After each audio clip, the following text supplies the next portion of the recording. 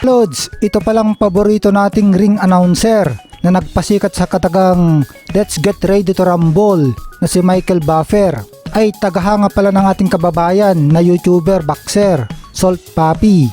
Sabi niya sa kanyang tweet mga Lods, mukhang tutungo daw siya sa London, England para sa pagbabalik sa lona ng Amerikanong YouTuber boxer na si KSI sa Mayo 13 sa Wembley Stadium.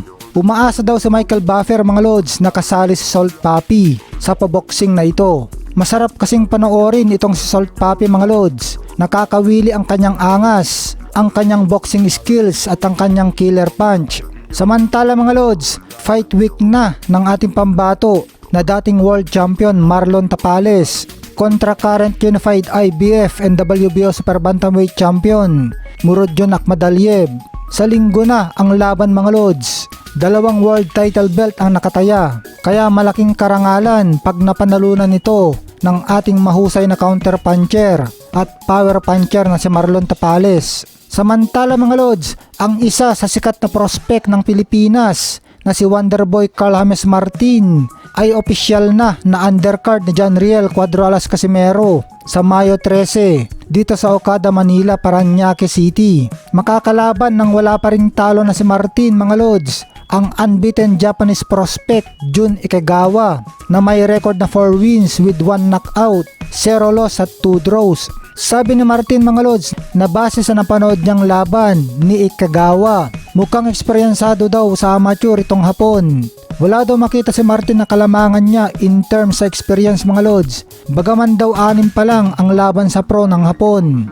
Base daw kasi sa galawan ni Ikagawa mga Lods ay mukhang nagboboxing na ito ng matagal na. Sabi naman ng sister / manager ni Martin mga Lods, nakakaiba itong si Ikagawa sa mga dating nakalaban ng kanyang kapatid dahil nag-iisip daw ito, hindi tulad ng past opponents ni Martin na mga sugod lang ng sugod.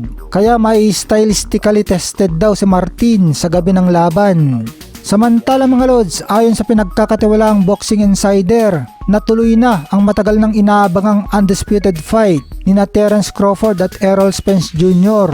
sa Hunyo 17 sa Las Vegas, Nevada, USA. Sa bakbakan ni na Gervonta Davis at Ryan Garcia sa Abril 22, inaasahan daw na opisyal na i-anunsyo ang laban ni na Spence at Crawford. Samantala mga Lods, todo tulong ng mag-asawang Nonito at Rachel Donaire sa mga boksingerong Pinoy. Hindi lang sa pagpapalakas ng katawan, kundi sa tibay ng pag-iisip. Pinayuan nila ang mga boksingero mga Lods na kayang kontrolin ng isipan ang katawan. Kahit pagod na daw ang katawan, kung isipin na kaya pa, ay kakayanin pa.